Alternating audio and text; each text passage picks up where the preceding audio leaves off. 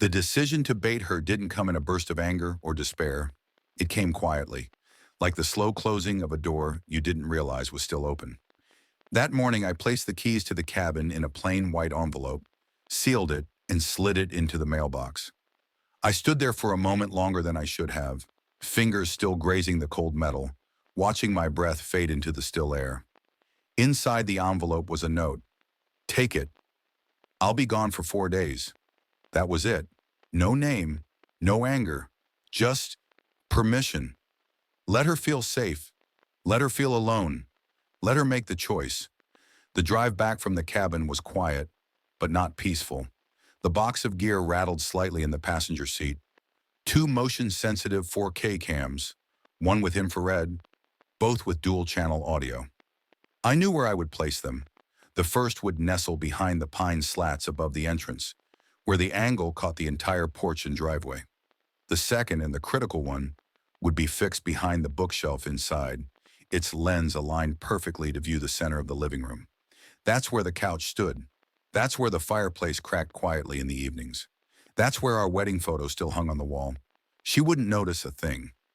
It was 2 days later when the alert came to my phone. A soft vibration, then a notification. Motion detected, living room. I was already pacing when it happened. I opened the feed, and there she was. Melanie strolled in, a little too comfortable, a little too familiar with the place I thought had meaning. She looked around and said something I couldn't hear but could guess. Then the door swung open wider, and a man followed her inside. Lean frame, buzzed haircut, navy blue tracksuit that made him look like he was on a layover between gym sets. He laughed. She smiled. I knew that smile. She used to save that for me when we had the house to ourselves, when she'd nudge my arm with a playful look and slip into the quiet. They brought in a cooler and a bag, took off their coats. Then came the bottle. Champagne. The bastard had champagne. I watched them clink glasses and laugh beneath the framed photo of us on our wedding day. The lake reflecting behind us. The smiles still genuine, untouched. They toasted right in front of it. And then she leaned into him. I let the footage roll for hours. Every touch, every laugh, every closeness they thought was hidden inside a sacred space. I didn't flinch, didn't pause, didn't rewind. I just let it all seep into me. Every frame another nail, another cut. By the time I turned off the feed, I wasn't even angry. I was surgical. That evening I drove back. The gravel cracked beneath my tires in the exact rhythm I remembered from our honeymoon. The shadows stretched long, and the clouds threatened rain but held back. My gear was packed, my bag light. I parked far enough to walk, boots muffled against the pine needles, and circled to the rear path that only I knew. The one we never used. The one I cleared out with a machete the summer after we bought the place. They were inside. I saw their silhouettes. I heard faint music. Something slow. Something cheap. She was probably pretending she liked jazz. She used to hate jazz. In the shed, I found the fire pit supplies. Dry wood, twisted newspaper, kindling. I worked quickly, gloves on, movements practiced. Then I slipped inside through the utility entrance. Their bags were near the kitchen. I didn't touch the electronics. Just clothes, bottles, the half-worn sweatshirt with our kids' names on the back, a gray t-shirt with our family crest printed across the chest, my brother's gift from the last reunion. I carried it all out in one trip, piled it into the fire pit. I lit the match. Flames clawed at the dark. The fabric curled and blackened. The champagne bottle popped from the heat and hissed into 1,000 shards. I stood there watching it burn, not with hate, with precision. As the flames still rose, I pulled out my phone and dialed 911. I kept my voice tight, urgent. Yeah, hi. I'm calling about a cabin on Carver Ridge. Neighbors said something's burning there. Might be people inside. Thought you should know. I ended the call before they could ask for more. Then I left. Not far. I circled back, parked up the hill behind the trees and waited. 12 minutes. That's how long it took. Red and blue lights shattered the dark. 2 patrol cars, 1 SUV. I watched them step onto the porch, flashlights already flicking across the scorched pit. Melanie was in a robe. The man, tracksuit idiot, had only shorts on. One of the officers questioned them, took notes. The other asked for identification. Neighbors emerged from their cabins. One of them was filming. That part was crucial. I needed eyes that weren't mine. Then, timing it just right, I drove in slowly, headlights low, tires crunching over gravel like nothing was wrong. I stepped out of the car slowly, casually. The officers turned toward me. One flashlight swung in my direction. I squinted. What happened? What's going on here? Who is this with you, Melanie? Every head turned. She looked like someone who forgot what words were. The man started to stammer something, some apology, some excuse about friends or wrong cabins or miscommunications. The officer raised a hand and told him to sit down. I walked forward and let the smoke catch my clothes, made sure the ash settled onto my boots. I looked at the officer, shook my head slightly, like a man too stunned to process what he was seeing. Statements were taken, a citation issued. The officer gestured toward the charred pit and muttered about fire safety, asked again for ID. I stood still, like I didn't belong to the mess in front of me. Then I left. A week later, I mailed them both a letter. Inside, printed photos. Color, high-res, time-stamped. The one of them toasting under our wedding photo. The one of him pulling her by the waist. A few others that I knew would burn longer than any cotton ever could. And a note. You don't have to burn to be burned. Melanie didn't call. She didn't text either. For the first time since we met, her silence didn't mean peace. It meant strategy. I knew her well enough to sense she was trying to patch the optics first. Whatever she told the cops that night probably had enough rehearsed innocence in it to buy her time. Time to downplay, time to reframe, but not enough time. I took a week off work without telling her. Officially, I was on a business trip to San Diego. Unofficially, I never left the city. I watched from a quiet hotel room on the other side of town. I needed space, not to think, but to maneuver. There's a difference. First, I accessed our joint card records using a form I'd created months ago in preparation for financial audits. She'd signed it herself. That's the thing about trust. Once you give it, people stop noticing the tools you're building in the background. I dug through the latest activity. There it was.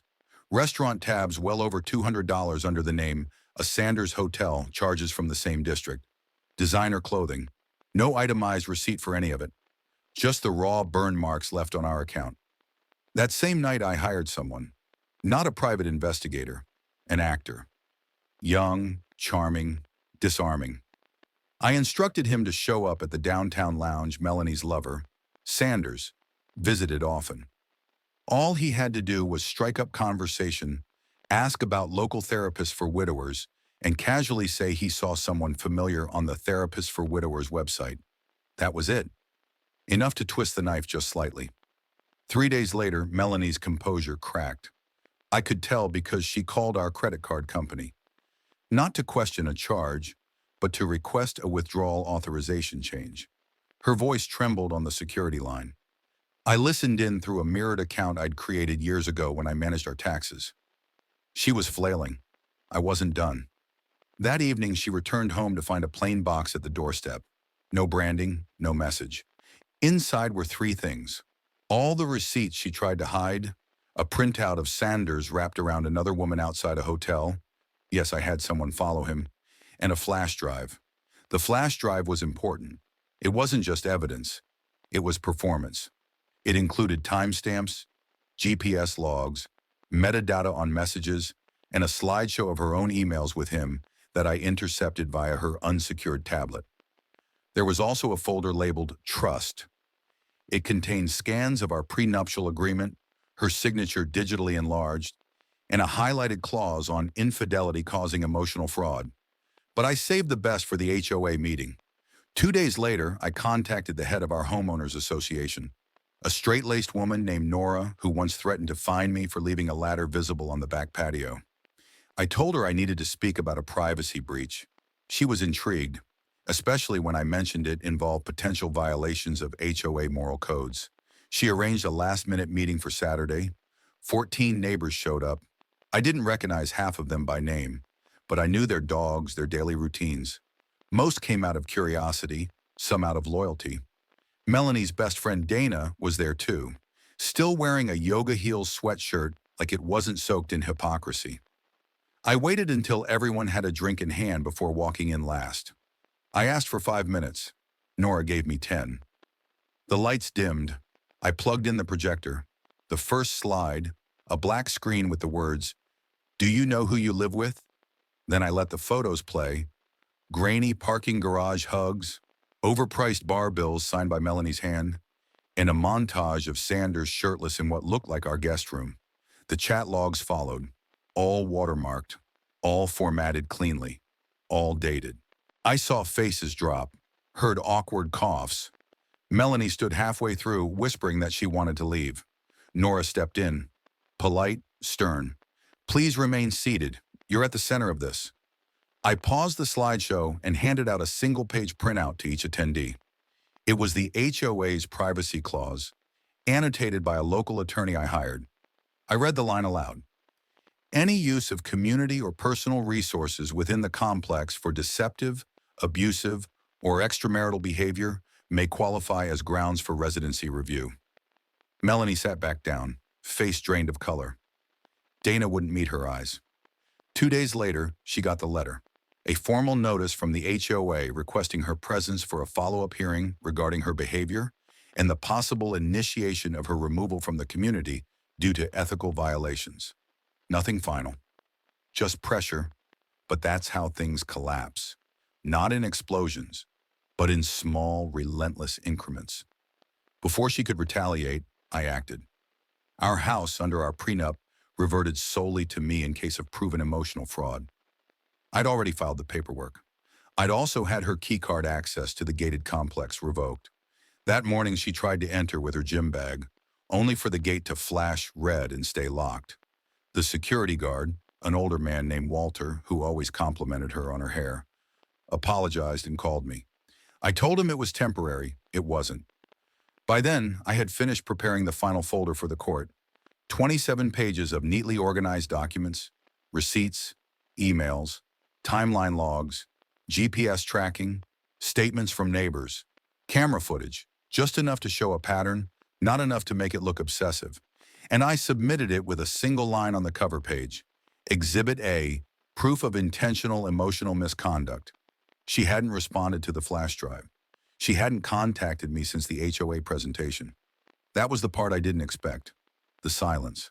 No apologies. No desperate text messages. Nothing.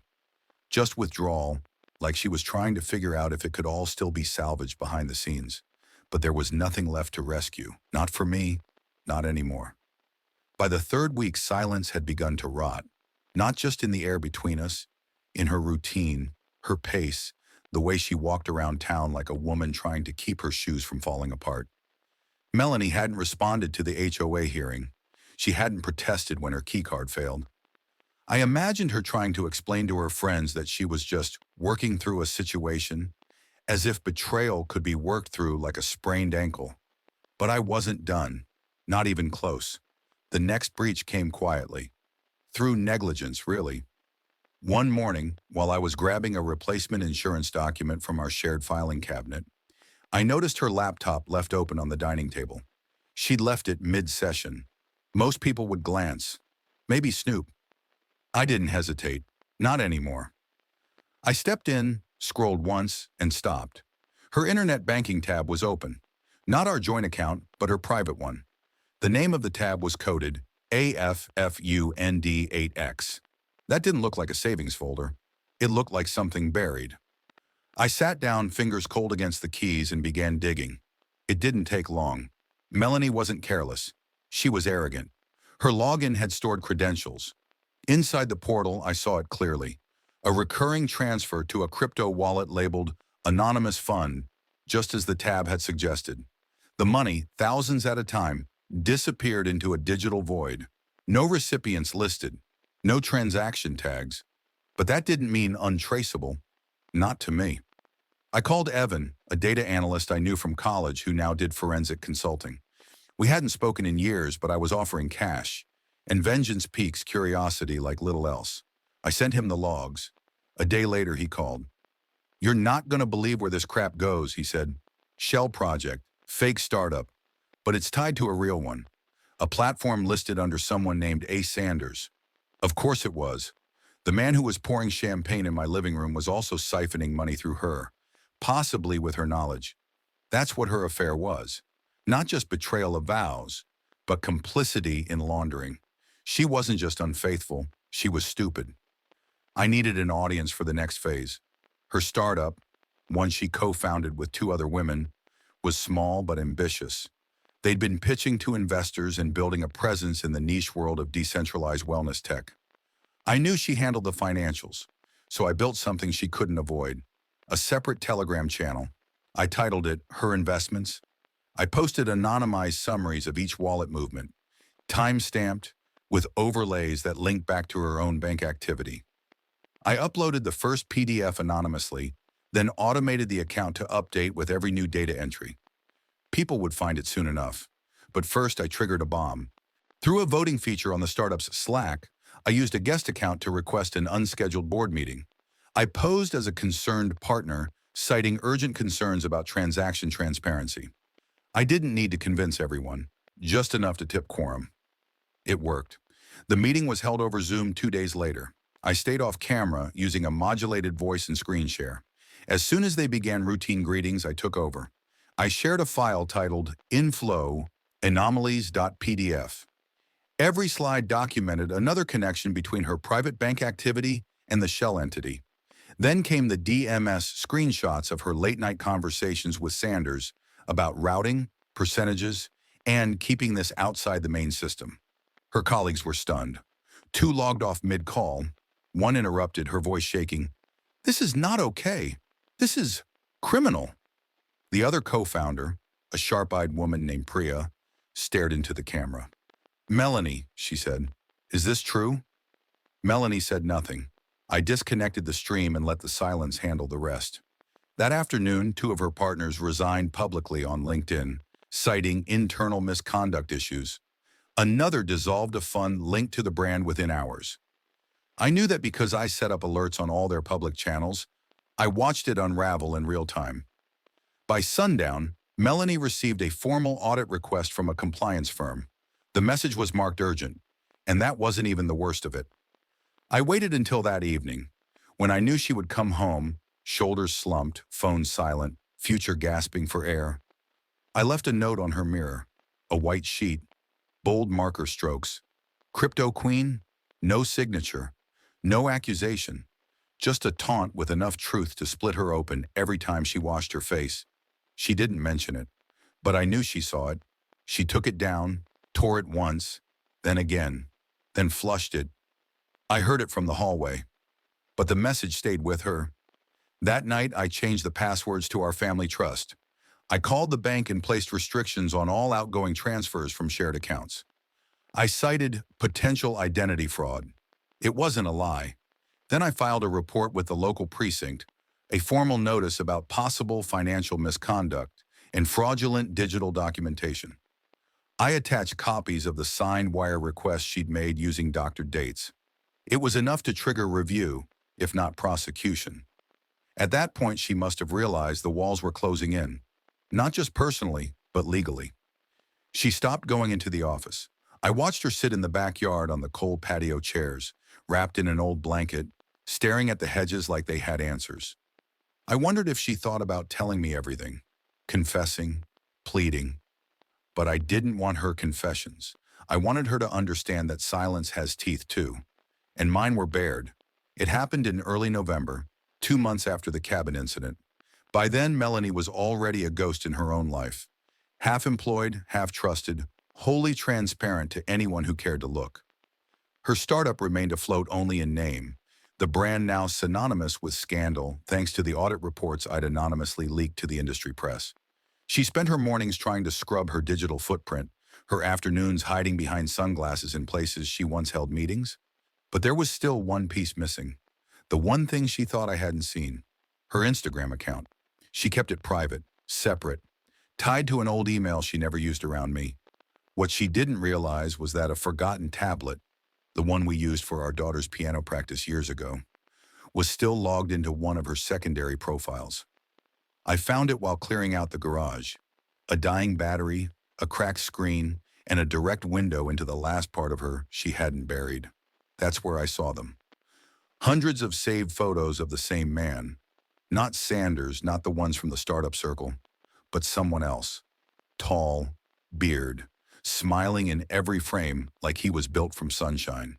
His name was tagged once, Trent Wills 7. She never mentioned him, not once. I dug deeper, followed him from a fake female account I created in an hour. Name, Amber Lane. Blonde profile pic, dog mom, plant lover, the usual bait. He followed back 2 days later and sent a message. I didn't even have to prompt it. He said, "Hey, I know this is random, but you look kind of familiar." That's when I knew. Melanie had told him about me, or more accurately, about a version of me. The cold husband, the distant guy, the man who didn't fulfill her anymore. I knew the language. I'd read enough of her text to know how she softened betrayal with cliché. I played Amber well, flirty, curious, just naive enough to ask, "Is that a woman's shirt you're wearing in your profile?" He laughed, sent a photo, said it was a birthday gift from someone complicated. I nearly smiled, because that was the shirt, my shirt, the one Melanie had bought for me, given to him, and now bragged about like it meant nothing. I saved the photo, ran it through my automation system, and let the wheels start turning. A week later, I launched a mass mailing list called Am I Your Only? A simple premise, photo plus question. The shirt picture went out to everyone in his contact list, work included. I wrote nothing inflammatory, just a caption, curious who gave him this. But that wasn't all. That same week, Trent, the oblivious clown, was scheduled to give a talk at a local university on modern branding ethics. Melanie had posted about it months ago. She probably planned to attend with a coffee in hand and lie in her eyes.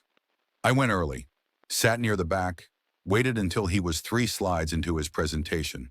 Then I stood up, walked calmly to the front, and tossed a sealed envelope onto the stage. "You drop this," I said, loud enough for the mic to pick it up. He stared at it like it might explode. Then I walked out. The envelope contained printed screenshots of every message between him and Melanie, a few photos, the shirt one, front and center. I never looked back. The next morning, Melanie received a package by courier. 3 items, a pair of black boxer briefs, his, the spare car key she bought for him on our joint credit, and a tax document with her name listed as guarantor for a small business vehicle acquisition. The note said nothing, but it didn't need to. By noon, she had called twice, then texted, then sent an email. "I think we need to talk." I didn't answer. That same evening, I visited my attorney and signed the final bank contract revisions. Melanie's name was removed from every co-owned asset. Her signature was forged once, by Sanders, according to the investigator's report, and I had the evidence filed as fraud. She couldn't touch my accounts anymore. The next step was surgical. I reached out to a friend in HR at a firm where Melanie had recently applied for a consulting position. She'd used her Harvard Executive Program badge as a credential. I asked for a background check, just as a favor. It wasn't real. The course was online, uncredited, never completed. I didn't have to say a word. The application was pulled. 3 days later, I saw the internal memo on a recruitment forum. Position withdrawn. Misrepresentation of credentials. Then I updated my social media for the first time in months. A simple status change. Vacancy, honesty, full-time only. I didn't block Melanie. I didn't unfriend her. I wanted her to see it.